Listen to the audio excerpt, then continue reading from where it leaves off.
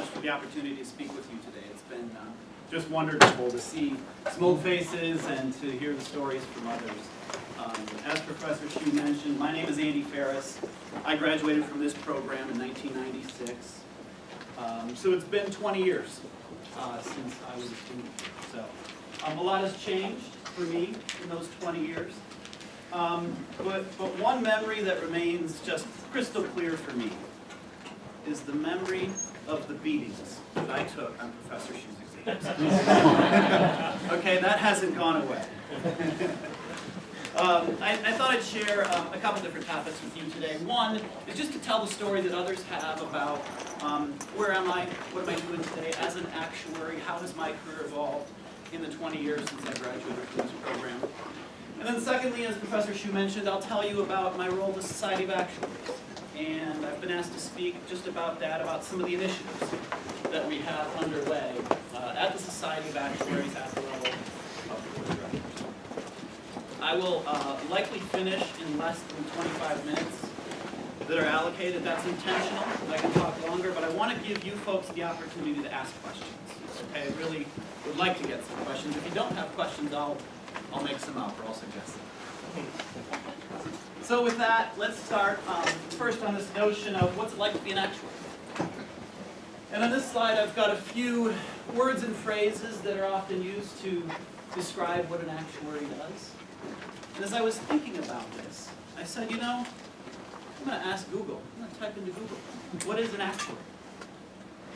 Google told me this. It says an actuary is a person who compiles and analyzes statistics and uses them to calculate insurance risks and premiums.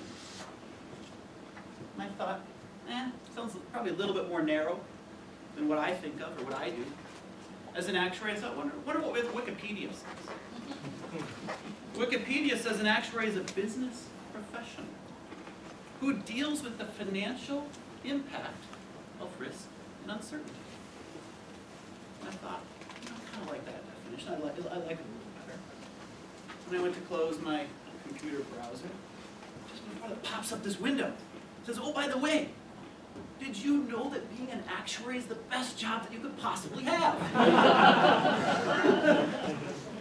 And sure enough, it's referencing the studies that we've all seen. They're from credible sources. U.S. News and World Report, the Jobs Rated Almanac, CNN Money, right? They're credible sources. Is that really true? Is being an actuary the best job you could possibly have? Well, I mean, I could certainly think of cooler jobs. What if I were standing before you today and told you, I'm chief product engineer for Apple and I just designed the latest iWatch or the latest iPhone?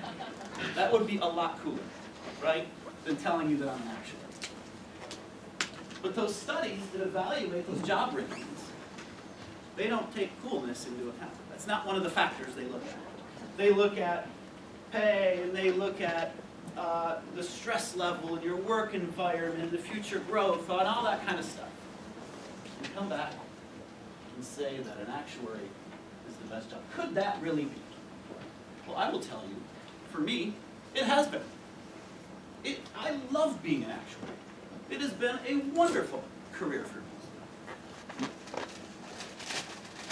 When I left this program in 1996, I took a job at a big life insurance company, Lincoln Financial. And like many large life insurance companies, they had two, I'll call them principles or tactics that they use to educate their actuaries. One is they have this concept of a rotation program. Right? We're going to take our actuarial students, and every 18 months we're going to put them in a new job. We're just going to pick them up and set them in a new job. And the idea is, over time, by working in different areas of the company, you get to understand how life insurance works. I like to say, you become the engineer of a life insurance company. That's the concept. The other principle that they did, and these are both very common to large companies, is this notion of strong exam support. Give you a lot of time to expect you to leave work early to go home and study.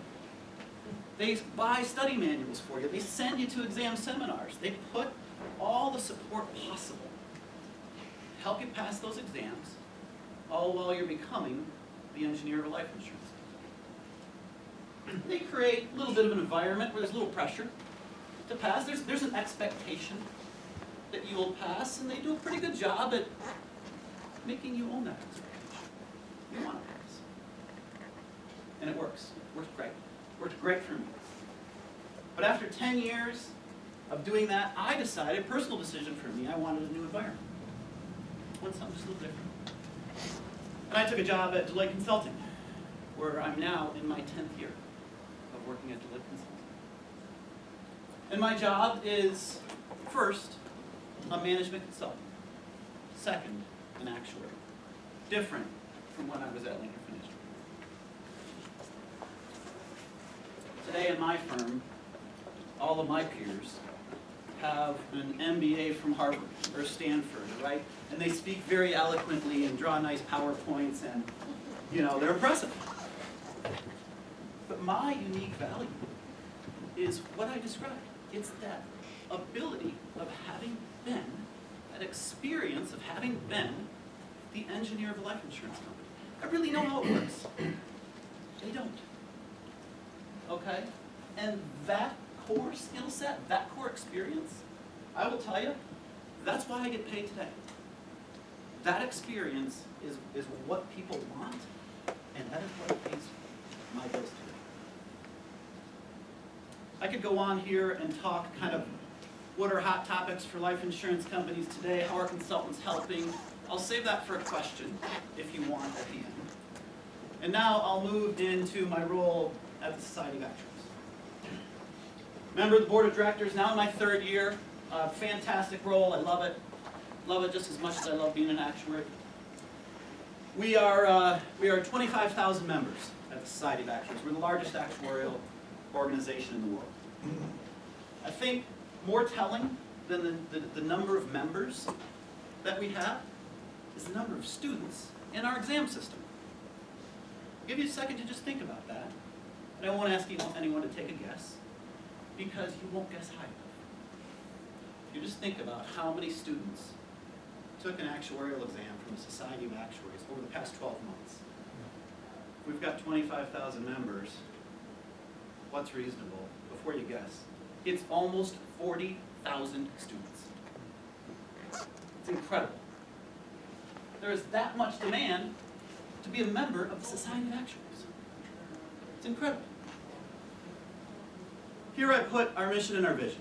And not that I want to read them, but I want to pull out a couple words that I've highlighted in bold, because those couple words really are the reason we're doing some of the initiatives that I'm going to talk about subsequently. First is research and education, of course. We are, by definition, a research and education organization. Right? We offer study materials and exams and credentials, and we're in the business of education. We also do research. We do mortality studies and other types of research that we believe our members need to do their job. We want to do research that helps practicing actuaries do their jobs. I highlighted integrity and relevance of our credentials. For most practicing actuaries, that FSA designation, or ASA designation, or CERA designation, that is the most valuable professional asset that person has. It's the most powerful thing on the resume. It's what gets them a paycheck. Why? Because that credential is recognized in the marketplace. It's respected in the marketplace. You got an FSA behind your name, people are going to pay you for that.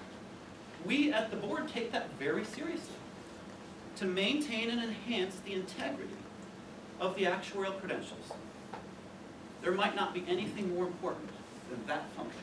It's so important, we state it explicitly in our mission statement.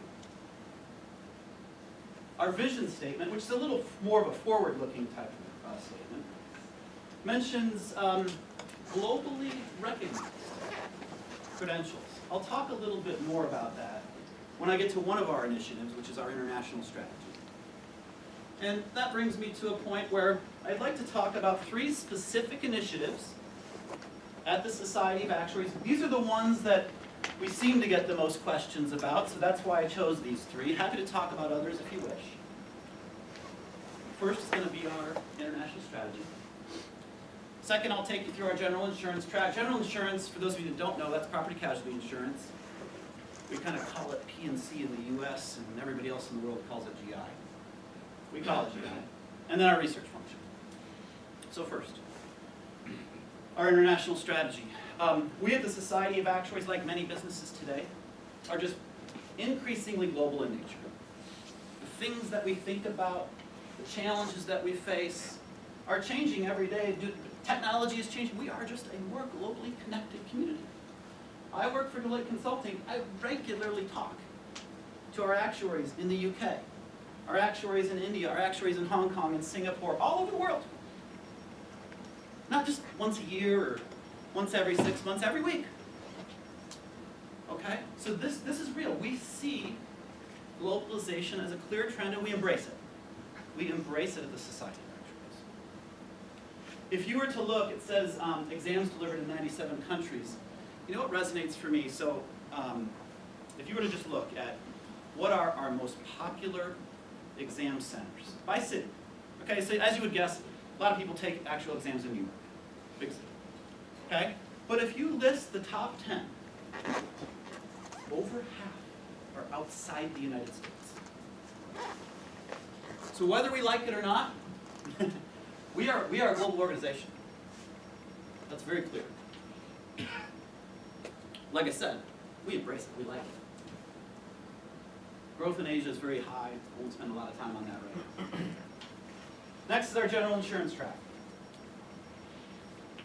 We've already told you that we want a quality that is world-class, that integrity and credentials of our designation. We want to have a quality of designation that is world-class. Nobody offers a better, a more respected credential than ours. Okay? Yet, we also have said we want to be global in nature. We realize what's global is happening.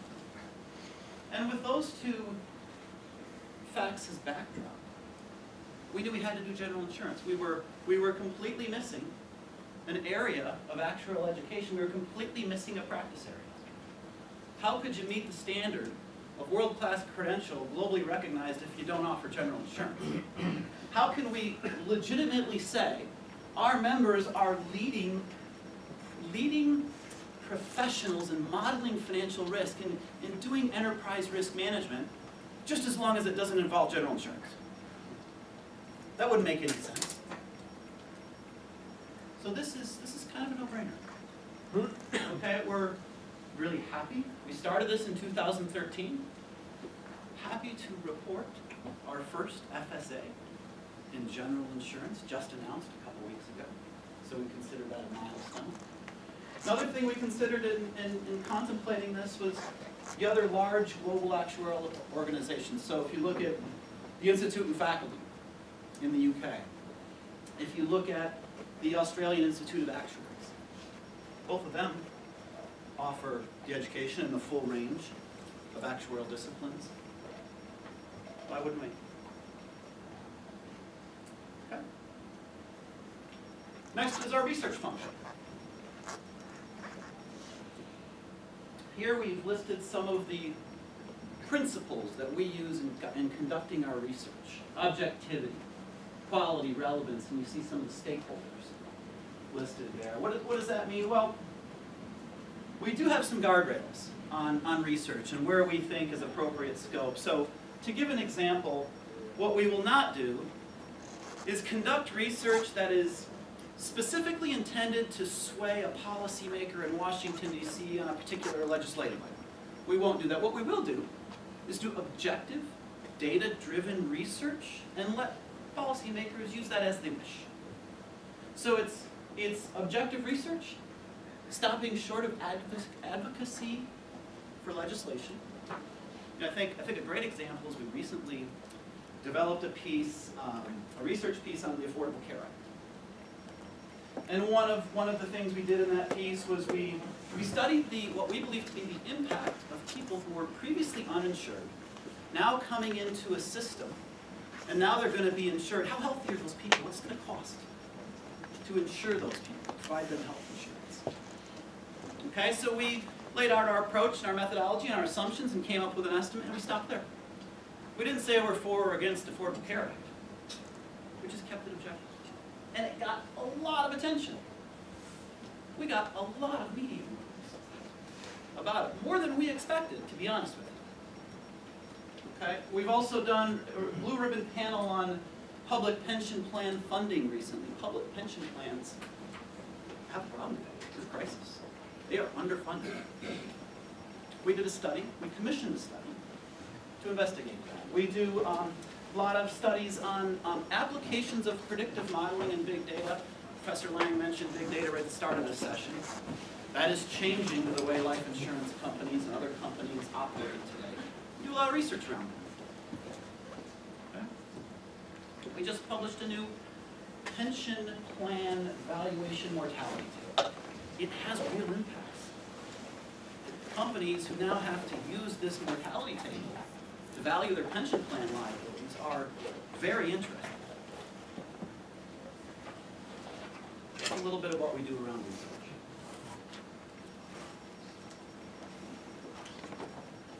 This slide shows a few of the ways that we try to engage with our candidates and our members.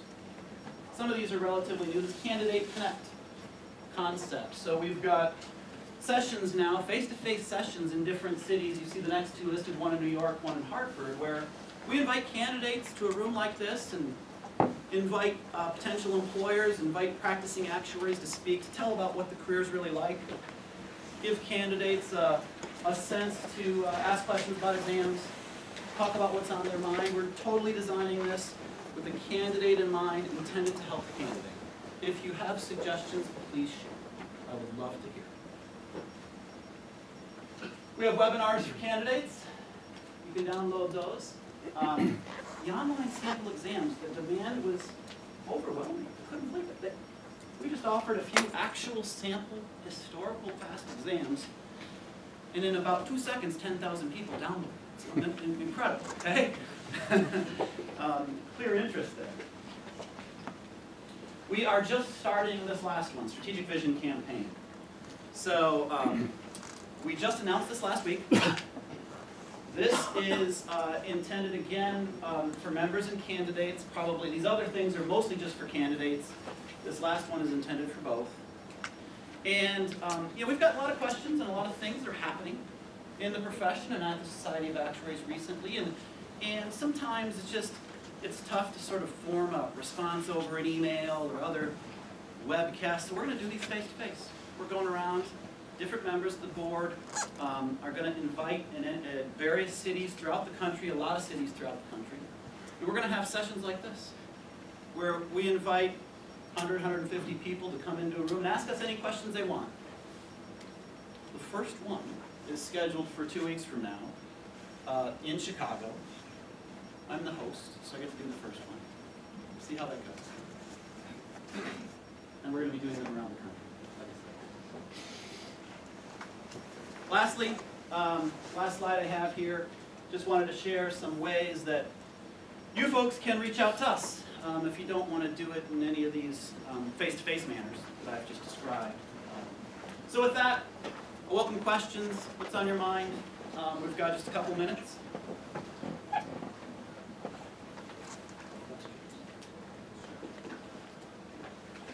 Maybe I'll make a comment. Yeah. Because of policy, you can tell me what's wrong or not.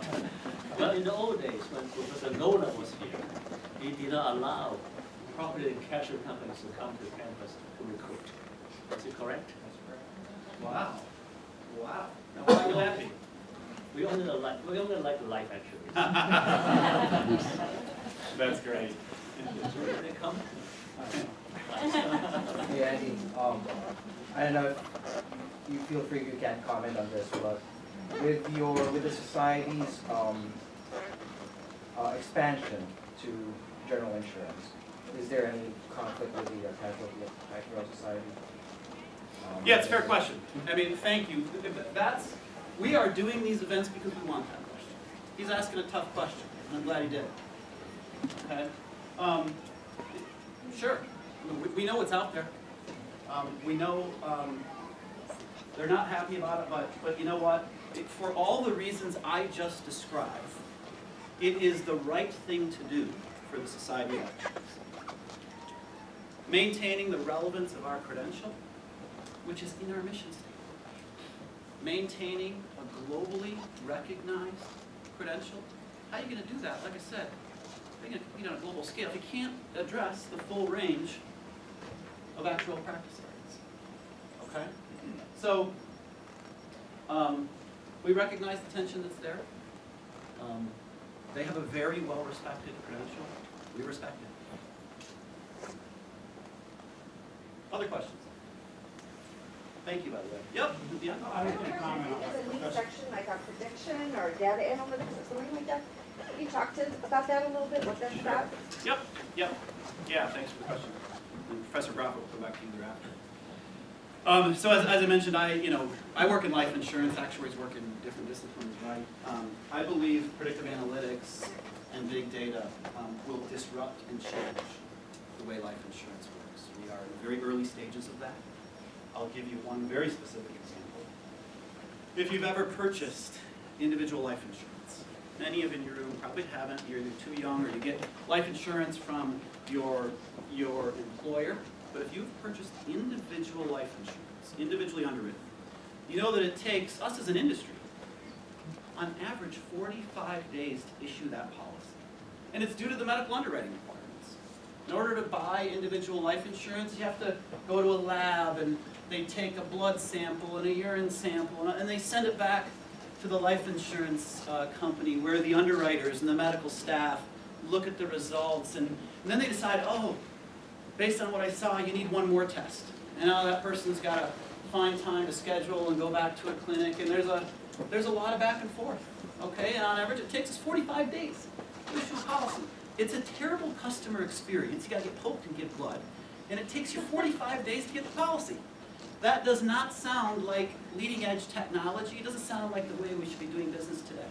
You want to buy an auto insurance policy? You can probably buy it online in this room and have it issued in 15 minutes. Why can't we do that? Well, by using big data, okay, somebody mentioned some of the big data sources. If you go to companies like Axiom, like Experian, like some of these big data aggregators, I can buy 2,000 data fields on my lifestyle for about 20 cents. They will know that person X just registered for 5 marathons last year, shops at Whole Foods, subscribes to Runner's World magazine, leads a very healthy lifestyle. And we can do regression studies that look at past applicants who had a profile just like that person and realize 99% out of the time, that blood didn't tell us anything new. We knew that guy was healthy. And we spent money on that blood exam and that urine exam and sending that person. And we can find the healthiest 30%, 40% of our population and say, for those guys, we don't need to send them through that painful process. We can actually issue them today at our best rate class. We're actually wasting money as a life insurance company if we send them for that medical exam. So that's just one way that today, right now, life insurance companies are deploying predictive analytics. I think there's another one that's very close. Okay, you think about, and I know we're getting to the end, but you think about property casualty insurance today and that little thing that people attach to the bumper of your car, right? It says, we'll offer you a 20% discount on your auto premium if you attach this thing to your car and let us see the data. Let us see how you drive. Let us see how fast you accelerate, you brake, and what time of day and how many miles, and all the stuff you would need to truly price